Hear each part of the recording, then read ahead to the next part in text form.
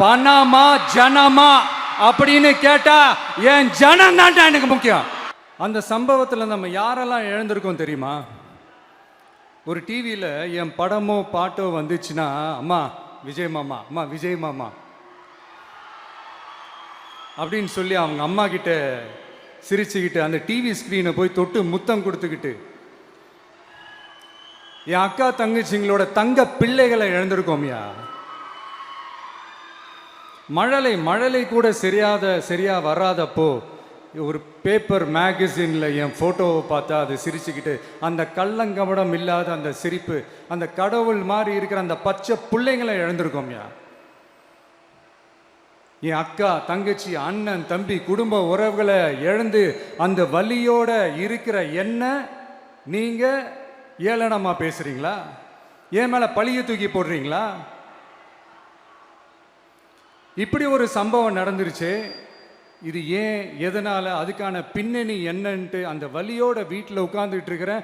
ஓடி ஒளிஞ்சிட்டான்னு வர சொல்றீங்களா? வாயின்னு முன்ன இருந்தா என்ன வேணாலும் பேசுவீங்களா?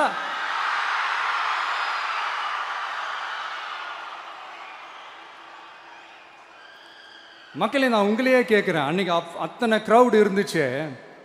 அந்த க்ரௌடுக்கு தகுந்த மாதிரி போலீஸ் பாதுகாப்பு கொடுத்தாங்களா?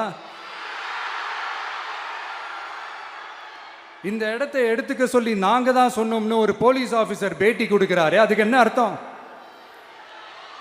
இவ்வளோ வலி, இவ்வளோ காயங்கள் கொடுத்துட்டு பழியை தூக்கி நம்ம மேல போட்டுட்டு அதுல ஒரு அரசியல் ஆதாயம் தேடுறீங்களேயா? இதுல வாய் கூசாம சட்டசபையில ஸ்டாலின் சார் நம்ம மேல திருப்பி விட்டு அங்க ஒரு அரசியல் செய்றாரு. அதுக்கு என்ன அர்த்தம்? நமக்காக வந்திருக்கிற மக்களை காக்க வைக்கிறதுக்கு நான் ஒன்றும் ஆதாயம் தேடுற அரசியல்வாதியெல்லாம் கிடையாது.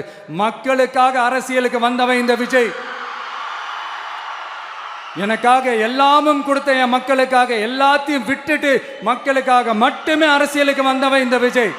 அவங்களுக்காக நன்றி கடன் செலுத்துறதுக்காக மட்டுமே அரசியலுக்கு வந்தவன் இந்த விஜய். உங்களுக்கு தான் இந்த விஜயை பத்தி நல்லா தெரியுமே. ஆனா நம்ம எல்லாருக்குமே இத்தனை வலிகள் காயங்கள் கொடுத்தவங்களுக்கு இந்த 2026 தேர்தலில் தக்க பதிலடி கொடுத்துட்டீங்க. ஆனா அது மட்டுமே பத்தாது மக்களே, அது மட்டுமே பத்தாது. காலகாலத்துக்கும் எழுந்திருக்கவே முடியாத அளவுக்கு நிரந்தரமான ஒரு பதிலடியை நீங்க கொடுத்துக்கிட்டே இருக்கணும்.